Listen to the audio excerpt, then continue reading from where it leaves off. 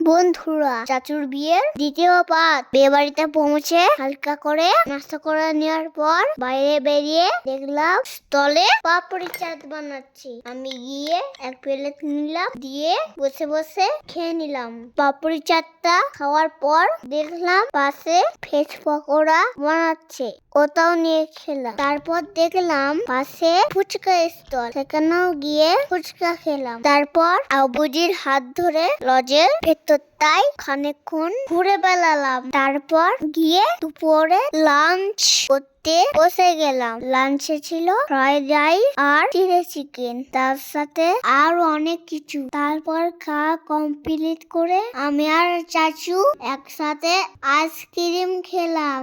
বন্ধুরা, আমার এই একটা দাদাজির সাথে ফটো তুললাম।